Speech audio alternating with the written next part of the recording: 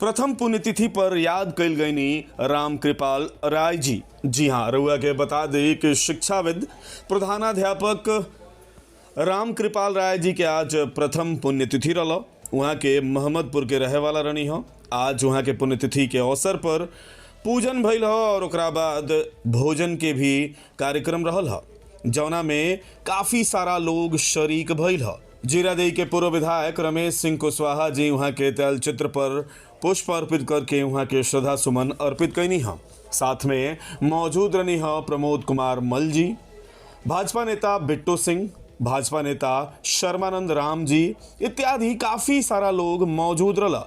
यह श्रद्धांजलि सभा के आयोजन करे वाला में स्वर्गीय राम कृपाल राय जी के पुत्र मुन्ना कुमार राय, वहाँ के भाई राजेंद्र राय, मंकेश्वर राय, भतीजा अनिल सिंह, दीपक सिंह, पंकज सिंह, विकास सिंह, सनी, राहुल सिंह और नाती सूरज सिंह, सौरभ सिंह और ऋषभ सिंह रहनी है। आई देखें कि मौका पर उपस्थित लोग का कुछ कहता स्वर्गीय राम कृपाल राय जी के बारे में।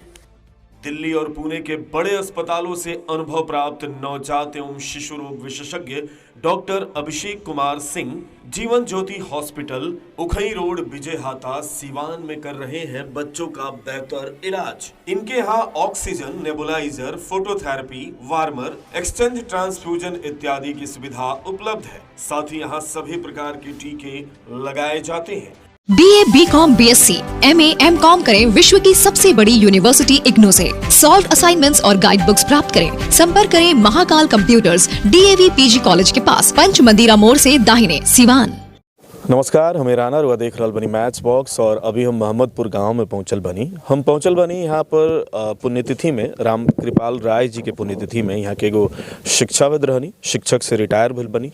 और जहाँ तक हमरा पता चलल है कि यहाँ के चांदपाली में अंतिम जौन अपन सेवा रहे उदयनी प्रधानाध्यापक के रूप में और ओकरा बाद रिटायर भइनी। आज पहला पुण्यतिथि हो और परिवार के सारा लोग पुण्यतिथि मना रहल बा, पुण्यतिथि में शामिल होल बा। आज पूजन भइल हो और पूजन के उपरांत सहभोज के भी आयोजन बा, काफ़ी सारा अतिथि लोग भी जुटल बा। तो हमरा के थोड़ा सा बताई पिताजी के बारे में कि यहाँ के जोन शिक्षा के अपन कार्यकाल रहे कहाँ कहाँ पूरा कैनी, कितना दिन सेवा देहनी। यहाँ के फुल टाइम जो शिक्षक लोग के होला समय पूरा समय अपन शिक्षा में देनी। शिक्षा में सेवा देला के लगभग 10 साल के बाद यहाँ के एक्सपायर के लिए बनी, रिटायर भइला के बाद 10 साल बाद। अच्छा जी, पिछला साल? हाँ पिछला साल एक्सपायर कैनी। जी प्रथम पिछला साल एक्सपायर कैनी। जी। और आज पहला पुण्यतिथि मना, आज प्रथम पुण्यतिथि मनावल जाता। तो हम देखनी है कि कार्ड जो हम देखनी है काफ़ी सारा चीज़ रहा कि पूजन वगैरह भी। हाँ, यहाँ के नाम पर हमने के हमारा परिवार के चूँकि बहुत सारा चीज़ यहाँ के संभरले बनी। परिवार के आज तक की जगह पर लिया वाला सबसे बड़ा श्रेय यहाँ के बा, जौना के चलते कि हमने के एगो आदर्श बनी हमारा परिवार के। तो हमने की बा कि हर साल यहाँ के पुण्यतिथि मनावल जाओ आ बहुत बृहद रूप से मनावल जाए। तो ए बेरा का कोई कार्यक्रम वाला पूजन रहा, ओकरा बाद पूजन बा, भोज बा आ कुछ आवश्यकता जकरा बा ओकरा खातिर कंबल वगैरह के व्यवस्था बा। सब लोग के कंबल दिया था, जे नीडी बा जकरा जरूरत बा कि कंबल चाहिए देवे के चाहिए ओकरा के दिया था। यहाँ और भी सारा लोग मौजूद बा। रउआ माटसम के बारे में थोड़ा बताइए। जी, चूँकि अनिल जी जो बगल में खड़े हैं इनसे लगभग 15 साल से हमारा संबंध है, आत्मीय संबंध है, पारिवारिक संबंध है। हम लोग साथ में पटना रहते हैं और वहीं हम लोग अपना बिजनेस व्यवसाय करते हैं।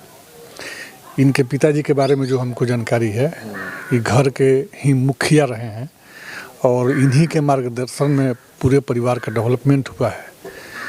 तो जब हमको ज्ञात हुआ कि आज इन पुण्यतिथि है तो हम अपने आप को रोक नहीं पाए और हम मैरवा से चल करके इसमें शामिल हुए हैं। बिल्कुल, यहाँ पर आप काफ़ी सारा गेस्ट भी मौजूद हैं, हम लोगों से बातचीत करने की कोशिश करते नहीं। जीरादेई के पूर्व विधायक हमनी के साथे मौजूद बनी और आज पाठसम के पुण्यतिथि में पहला पुण्यतिथि में पहुँचल बनी। का कुछ कहे के चाहे हम? देखिए, इनके प्रथम पुण्यतिथि पे हम सब लोग आए हैं यहाँ पे। सबसे पहले तो हम श्रद्धांजलि अर्पित करते हैं अपनी ओर से। और एक अच्छे टीचर थे, कुशल टीचर थे, इस पूरे इलाके में उनका अच्छा प्रभाव था। समाज के हर वर्ग तबकों के लोगों से मिल करके रहते थे और हम चाहेंगे कि श्रद्धांजलि सभा हर कोई व्यक्ति जिन्होंने समाज के लिए कुछ योगदान किया हो, समाज के लिए कुछ किया हो, उसकी पुण्यतिथि मनाई जानी चाहिए। इससे हमारे समाज आने वाले दिनों में इसको लेकर के आगे बढ़ेगा। बिल्कुल, वहाँ के रिटायर भी रहुए क्षेत्र से बनी जीरादेई के चांदपाली से, जहाँ से रहुआ विधायक। जी जी, हम जानते हैं, ये पहले से भी हमें जानकारी है माट साहब के बारे में। और अनिल बाबू हमारे मित्र हैं। एक और आमदधार बाबू थे यहाँ पे, उनसे भी हमारा पुराना रिश्ता रहा है। पहले से भी इस परिवार के साथ मेरा व्यक्तिगत लगाव रहा है। पुण्यतिथि के अवसर पर यहाँ पर प्रमोद कुमार मल जी भी मौजूद बनी और शामिल बल बनी। मल जी नहीं ठीक का कुछ कहे कि चाहे आज पुण्यतिथि के कार्यक्रम में हुआ शामिल बल बनी। राम कृपाल सिंह जी माट साहब इस क्षेत्र के इतना बड़ा शिक्षक के अलावा समाज सेवी रहली और उनका संबंध व्यवहार इस क्षेत्र में इतना बढ़िया रहल कि उनके न रहने के बाद ये महसूस होता हम समझ के कि उनकर आशीर्वाद हम सब लोग के मिलत रहला। जे कोई गरीब होके क्यों होके ओकर बड़ा सेवा करता नहीं। हमारे तो उनसे मुलाकात रहल कई बार कई मौके पे, और इतना बड़ा हृदय। और अंतिम समय में थोड़ा बीमारी रहलों के बावजूद भी उनकर इच्छा कि हम कैसे समाज के बीच में रहें और समाज के सेवा करें, तो ये बहुत बड़ा उनकर जो विचार रहल है। तो उनके सशक्त नमन बा। आज पहली पुण्यतिथि के दिन उनके लड़का मुन्ना राय जी आज कार्यक्रम रखले बाने हमाइल बानी गाँव में। श्रद्धांजलि अर्पित हमन के कल गई है। अब भगवान से प्रार्थना बा कि उनकर जो स्मृति बा उनके लड़के लोग जीवन पर्यंत आगे बढ़ावें और मौका पे लोग हमन के उनके याद कइल जा और उनके अनुसरण करके और लोग भी उनकर पद चिन्ह पे चलें। यह निवेदन बा। धन्यवाद। सरहरवा पंचायत के पूर्व मुखिया हमारा साथे मौजूद बनी। मल जी रउआ माट साहब के पुण्यतिथि में आयल बनी और हमरा लगा था कि रउआ माट साहब से ज़रूर मिलल जुलल होके, वहाँ के बारे में कोनो अगर स्मृति हो कुछ। हम लोग जब इनका तबीयत ख़राब था तो गोरखपुर भी हम लोग अस्पताल में गए थे और मिले थे।